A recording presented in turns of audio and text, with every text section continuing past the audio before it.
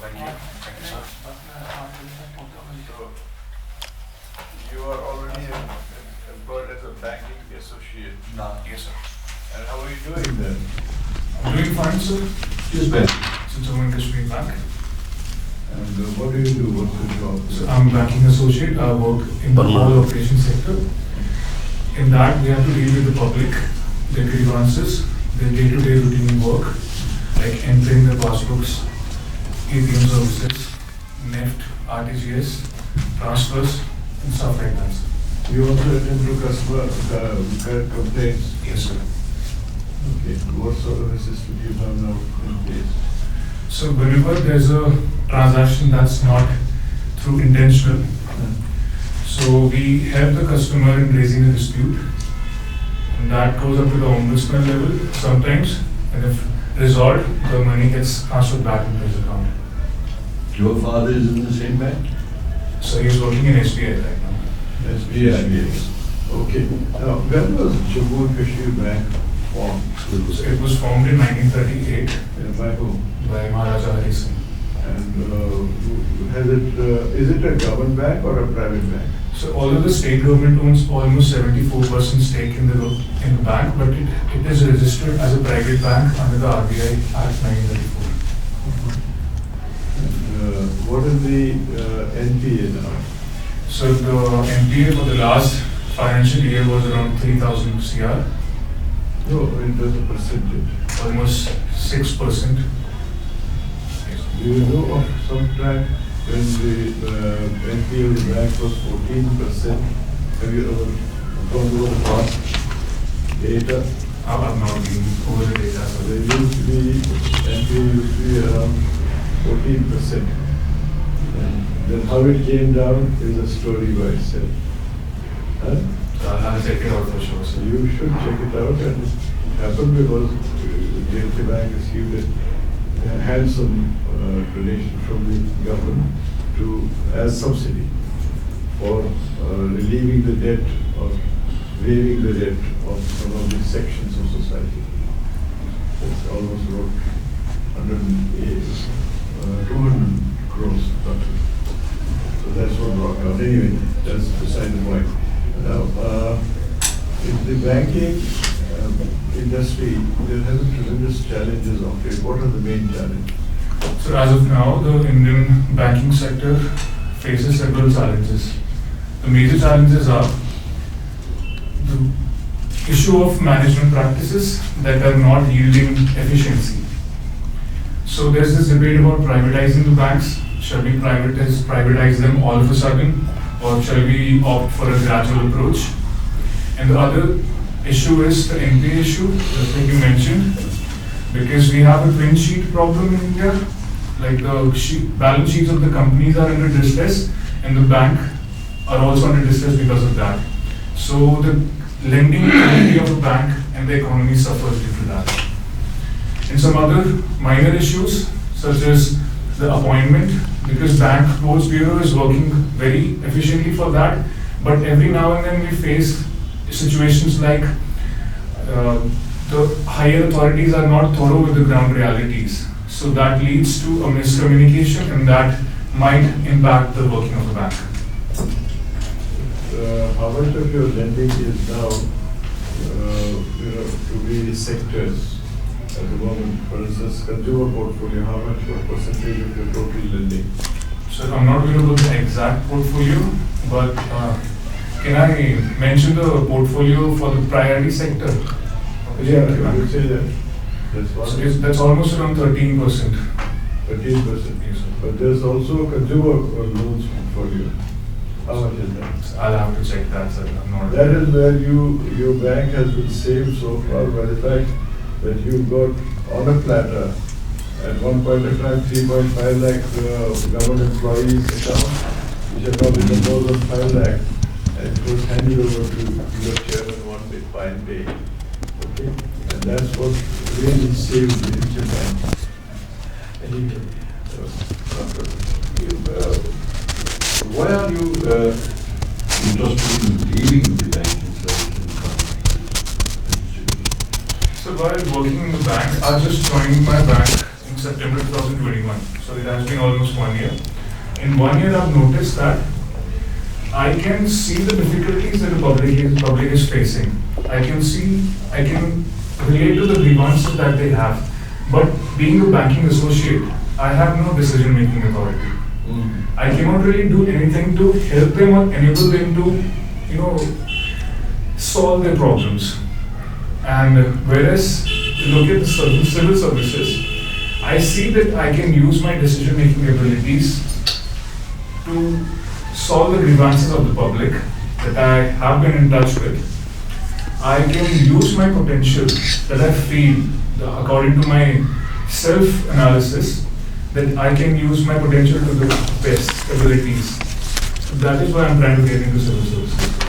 It's a very big job, but basically you are not able to get your money back, which you have given to people as well. So for that we have several mechanisms. So some acts such as SR Act, Securitization and Reconstruction of Security Interest Act, and there's another, that Insolvency and Bankruptcy Code 2016. We have the legal procedures for that. So whenever bank lends to a person, we check the person's credit worthiness through scores such as Yes, in civil administration also there's a mechanism existing of dealing with various types of problems. You have only one problem in the banking. Here are so many. So that's what interesting about the civil services. Yeah, he has got a point. He wants to join the civil service because of that. Anyway. In fact, nowadays there are so many incidents of man-animal conflict. The killing by the deers and monkey vinas and so many things. What are the possible reasons of this rising conflict? So the possible reasons for the rising human-animal conflict, according to my opinion and my knowledge base, are whenever there is encroachment of the natural habitat of any animal, so they are forced to move towards the human civilization in order to feed their stomach and in order to feel safe and secure. But when they end up doing so, there's high chances of human-animal conflict. And due to the climate change as well, their habitats are getting destroyed. And because of that, we are seeing and witnessing an exponential increase in human mankind. The government has taken this huge infrastructure government under PMGSY, a network of roads, thereby breaking the core areas of almost all the hilly animals. Is it a wise step or? So whenever there's a PMGSY planning, the government and the planners, policymakers, keep the facts in mind that do we have a natural corridor in that area, and if that, so they can bypass it or they can go under it or go over it, so that the intrusion into the natural habitat of any animal is the least, because we can follow a principle of minimum harm. Or will you define watershed? Watershed. So whenever a river passes through a region, it meanders, and when through time, with the passage of time, there is a watershed that develops that hinders the soil erosion due to the river, and it also increases the ecological balance. So that's What is it? Just tackling this thing. So I'm not able to answer that as of now. So there is one project going on, which project? This is a multi-purpose hydro project in the Kathua district. In what way it is going to lead for economic growth of the farmers of Kathua district? So the Uj multipurpose irrigation project in the Uj barrage is being constructed in Jasrota region of Kathua. There's a wildlife sanctuary near that as well, and there are a few villages that are in the vicinity of that barrage. When that project will be up and running, so the employment potential of that project will be through direct employment in the dam, and through indirect ways such as transportation, through electricity. The electricity will facilitate the coming up of new industries in the vicinity. There's a region such as Ghati where some new industries are about to pop up. So that will indirectly increase the employment opportunities. Main one is missing.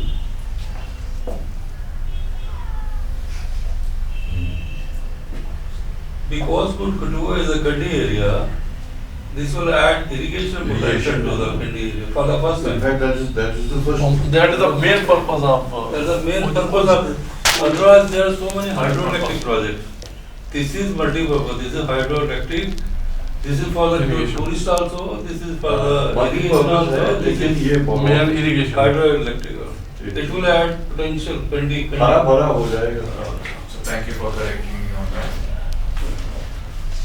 If I understand correct, you live in Kathua and you work in Banoti. Yes. So tell me three things. One is Swachh Bharat Mission. Second is Panchayati Raj institutions, recent elections to panchayats, urban local bodies, district, Zilla Parishad, etc. In Kathua also. And third is Rozgar Melas. इन तीनों का Kathua district में क्या impact है, लोग क्या सोचते हैं, ground पे क्या हुआ, कितना हुआ, what is your assessment? So the first point about the Swachh Bharat mission, almost all the households have a functional toilet right as of now. And the other thing, the panchayat elections. Let's first talk about स्वच्छ भारत. थोड़ा और बताइए इसके बारे में. एक तो toilets का आपने बताया करीब करीब सभी के घरों में है. और So this waste management has improved. Waste collection and management. And other than that, so, नहीं इम्प्रूव मतलब कितना इम्प्रूव हुई है? आप सेटिस्फाइड हैं, लोग सेटिस्फाइड हैं? so the people are still not satisfied. क्या कारण है, कमी क्या है? So the behavioral tendencies of citizens Okay. are still not up to the What mark. about the municipalities, their capacity, their dedication, their systems, the new work being taken and delivered properly, वो कैसा है? So they have been doing their job. But as far as I've noticed, they have been coming almost every day to do their duties, but being a responsible citizen, I've seen my fellow citizens and they're not doing the job properly. But municipalities are doing well. Yes. उनके पास staff है, funds हैं, So mobility I'm है. not sure about the funds because I'm not. You will not know, but otherwise जो आपको दिखाई देता है, staff sufficient है, सफाई कर्मचारी आते हैं, हर जगह पहुंचते हैं. So at least in the cities, Okay. they're enough, but I cannot source anything credible about the rural areas because I'm not a usual. You can talk about the urban centers. Yes. Banoti, Kathua. Staff is sufficient. Shakul. What about the Panchayati Raj institutions? These have come up. What is the visible impact? People find them useful, something better is happening, more people satisfaction on ground. Yes. Give us the feedback. So about the Panchayati Raj institutions after the elections, so the people feel much more empowered because I have known some people from the Kante area because our branch, Banoti, handles almost 7 to 8 villages around that area. So people whenever they come around, they talk about their punches being responsible. They feel that they can go to them any kind of time and complain about anything they're facing. And after that, they feel like the government actually listens to them. Just because the ground, the first interface between the government and them are listening to them. And the other thing is the sarpanches are doing their job properly. They have been, indulging in responsible governance there. And I am not sure about the functional part because I'm not a part of the system as of now. But you can talk about the general impression you have. The impression that I have made till now is the funds are not that sufficient because the amount of impetus that they need to deliver their promises and the expectation of the people. Okay. are not. What about the Rozgar Melas? The government has been saying that lots of Rozgar Melas have been done to give employment to people. Letters of appointment have been issued. Skill impartation camps are taking place. They have been guided, counseled, etc. How they can prepare themselves for the jobs. What is the impact on ground? What is happening? So being from the age group of 22 to 26 as of now, I have several friends that are unemployed. So I talk to them, I see their emotional state of mind and I see their psychological stance about the employment scenario in our nation and the policies that the government brings. So about the Rozgar Mela, my friends and the people in general are anticipating much more from the government as of now, because the amount of delivery that the government is in a nascent state, because we are in a phase of transition after the abrogation. So we cannot expect a monumental change as of now, but we can surely see the change. And they have been delivering. Some of my friends have recently will be getting their appointment letters. कुछ रोजगार मेलाज हुए हैं? So I have not seen them happening, but I've heard. Thank you. The Government of India, this Reserve Bank of India is now introducing this digital currency, digital rupee. Whether that would CBDC. So how you see whether it is? Correct, some years? How you see? Yes, I'll tell you about that. So when during the lockdown we observed that a lot of cryptocurrencies popped up. But they were heavily unregulated. There were no intermediaries, and people started investing a lot. Then RBI issued some guidelines that it's not a legal tender. Please don't invest in them. And now we are observing that central banks of almost all the nations are trying to experiment with the digital currencies that will be stored in a ledger-like format using the blockchain technology, and they will be directly issued through the central bank. Because normal currencies are given to the banks through RBI, and the banks lend them to the people and increase the liquidity in the market. So the digital currency, the digital aspect of that will be, they will save up a lot of money that gets wasted, I would not say wasted, but that gets used up in printing currencies. And other thing is, it will be regulated, so we can check on heavy transactions. There will be. Now next question is. No, but sorry. Do we really need this? We already have NEFT. If I have to transfer 500 rupees to you, I can always do it using NEFT and other transactional methods. 2 minute में जाते हैं, पैसा गया, बोलते हैं ना वो. You get the message, I get the message. Crorepati. So why do we need central bank digital currency? So whenever we are talking about NEFT, RTGS, with the transactions that are being made are backed by some amount of money that is in the physical format. Right. They are just the representations online. Right. But when we are about to transition to digital currencies, they won't be backed up by the physical assets. They'll just be on the record. As has been mentioned already, and already the central bank is doing. System exists. But How it will make a It difference? will be in the shape of limits, like we are giving limit to the industries or something. No, sir, it will be normal currencies. no, this This new is system will not be any less anonymous than the other one. Then already, you have NEFT, your other thing. इससे कौन सी anonymity खत्म हो जाएगी? So anonymity, the thing that the government was worried about was the transactions that were being made in the dark web were totally anonymous. They couldn't be traced, the origins and the But in receptors. this case also there will be anonymity. Digital, more than enough. So the government has an option to trace the origin of the transaction. तो अभी भी है. उसमें तो bank आता है, ये तो What is digital है, the कहाँ से आया? difference between NEFT and this? So the next, NEFT that's also a currency in a way. You transfer this money notionally. so see, when the times are changing, the needs and the demands of the economy are about to change. What are the risks associated with this so-called digital currencies? So the risks are the identity theft, the cyber security issues. Whenever there are, so we're reading about the More AIMS vulnerable. ransomware attack. AIMS ransomware attack as of now. Right, there was a cyber attack on the AIMS. Yes. AIMS security system. So a similar attack can happen on our central databases that can impede अभी and तो वो ठीक भी नहीं हुआ. needs. Then is it worth it? So we'll always have to keep in trying. Why the J&K bank is going in profit? It's a big cause of Recently, concern. yes. AIMS में Yes, sir. big cause of concern. J&K bank is presently in profit. Yes, sir. Huh?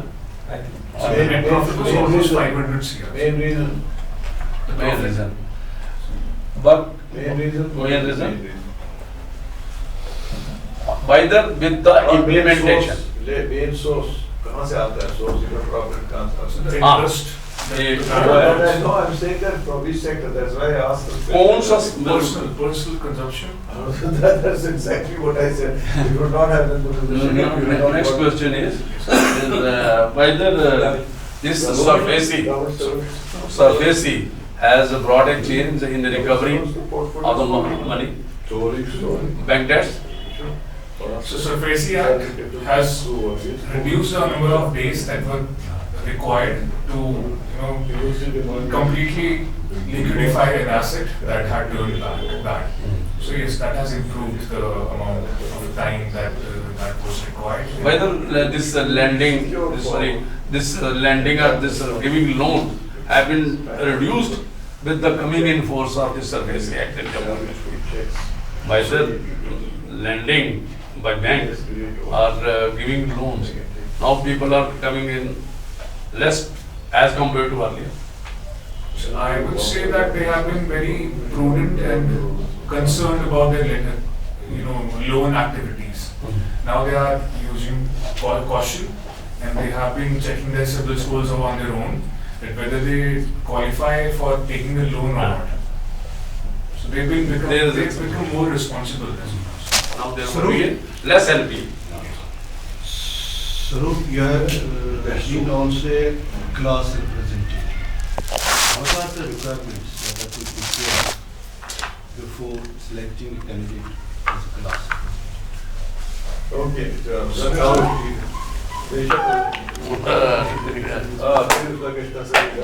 Leadership motion. So whenever they are looking for a CR, for the few things that comes to my mind that must be met are leadership skills, the ability to work as a team player, the ability to earn the trust of your classmates, the ability to coordinate between the authorities and the students in case of a deadlock. One question I have in my mind regarding your job which you are performing at present, that is, there is an IBD, International Banking Region, in your Jammu and Kashmir. What is the role of IBD? So whenever there is a transaction, forex transaction, so the IBT, so I'm not perfectly aware about the role, but I can try to guess as per my knowledge base. So the IBT must ensure a proper exchange rate that ensures a net profit to the bank, and they usually keep a track record of the transactions that are being happening. Can you name, you are also a student of chemistry, can you name 3 strong bases? So the strong bases are sodium hydroxide, calcium hydroxide, and so it has been time now.